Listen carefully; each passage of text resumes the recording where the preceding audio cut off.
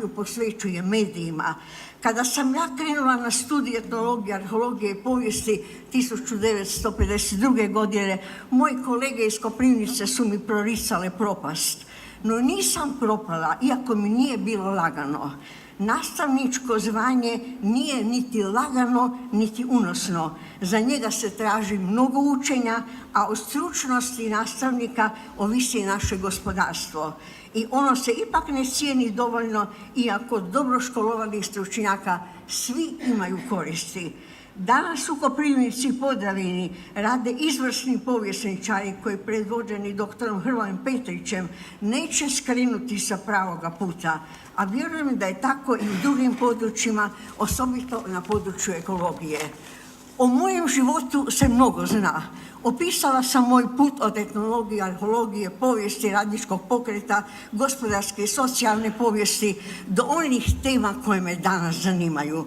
Jako sam sretna i zadovoljna što ste me izabrali za počasnu građanku Koprivnice, iako smatram da sam građanka postala svojim rođenjem u Koprivnici 1933. godine, gdje sam progovorila prve riječi, iskoračila prve korake, ugledala prve zore i namirisala prvu ružu, te se nikada nisam deklarirala kao Zagrepčanka, već sljedeći primjer mojih dalmatinskih kolega na studiju koji rade u Zagrebu, uvijek sam i ja bila Koprivničanka, Podravka, a zadnjih 4 stoljeća najradije pišemo ljudima Koprivnice i Podravine.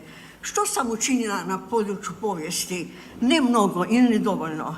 Ja sam povjesničar malih tema i zastupnik toga da se povijest mora graditi odozdo i nisam sklona prvo smisliti temu, a onda podrediti sadržaj. Obrnuto, uvijek sam uvažavala razlike sjevera i juga, zapada i istoka Hrvatske. Kao znanstvenik i nastavnik ja sam zapravo naslijedila trak koprivničkog povjesničara Rudolfa Horvata, kojemu moj sveučilišni profesor Jaroslav Šidak nije priznavao nikakvu vrijednost osim kompilacijsku. A Rudolf Horvat je bio veliki povjesničar da male sreće u jedno nesretno doba. Mnogo sam od njega naučila, a osobito da se samo istinitim pisanjem može preživjeti. Trebamo vjerovati sebi i svojim spoznajama, poštujući druge i drugačije, sa vjerom da i oni posjeduju vrijedna znanja. Zato su nam i otvoreni putovi u svijet. No naš dom nam je ipak iznad svega.